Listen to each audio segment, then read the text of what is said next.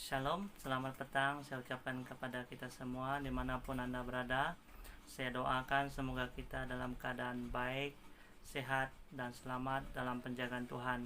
Pada petang ini saya akan mengungsikan firman Tuhan melalui renungan pendek yang mengisahkan tentang seorang pelukis terkenal.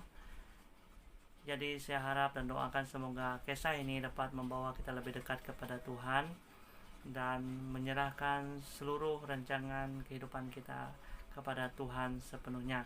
Jadi sebelum saya melanjutkan pelajaran pada petang ini, saya sangat senang sekali untuk membaca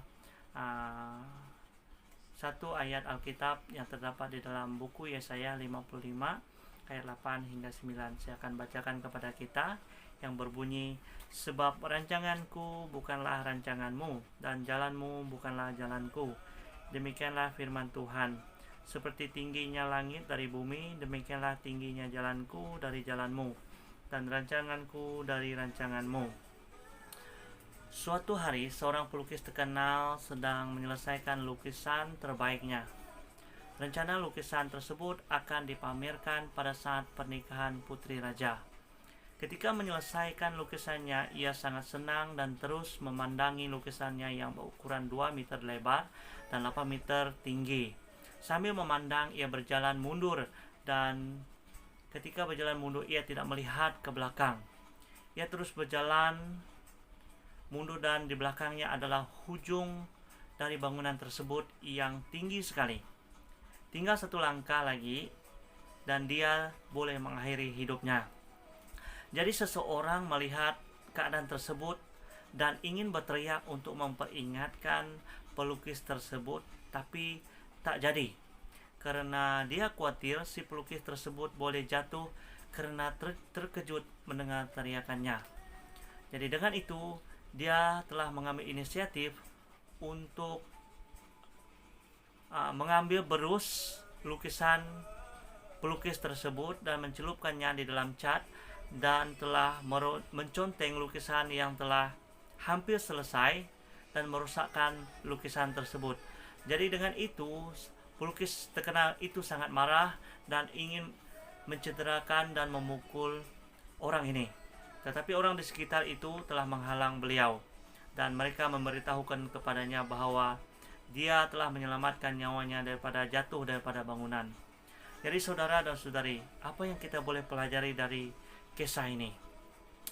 Kadangkala kita telah melukis satu masa depan yang sangat indah, dan kita telah memimpikan suatu yang indah yang kita impikan dalam kehidupan kita.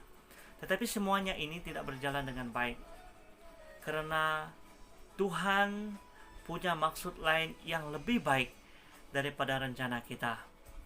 Kadang-kadang kita marah terhadap Tuhan dan menyalahkan orang lain, karena apa yang kita inginkan kita tidak dapat di dalam kehidupan kita.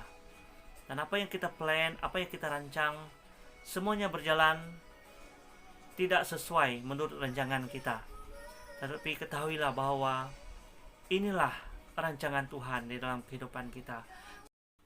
Saudara dan saudari yang saya kasihi dalam Tuhan, ketahuilah bahwa Tuhan mempunyai rancangan yang terbaik dalam kehidupan kita. Tuhan tidak pernah terlambat untuk menjawab doa kita, tetapi Tuhan merancang sesuatu yang lebih baik. Jadi saudara dan saudari yang saya kasihi dalam Tuhan, inilah panggilan untuk kita. Marilah kita sama-sama menyerahkan kehidupan kita, rancangan kita kepada Tuhan sepenuhnya. Biarlah Tuhan yang bertindak di dalam kehidupan kita, agar kehidupan kita bersesuaian menurut kehendak Tuhan. Jadi sebelum saya mengakhiri pelajaran pada petang ini, saya sangat senang sekali membawa kita membaca sekali lagi di dalam buku Yesaya 55 ayat 8 hingga 9. Sebab rancanganku bukanlah rancanganmu dan jalanmu bukanlah jalanku. Demikianlah firman Tuhan. Seperti tingginya langit dari bumi, demikianlah tingginya jalanku dari jalanmu, dan rancanganku dari rancanganmu.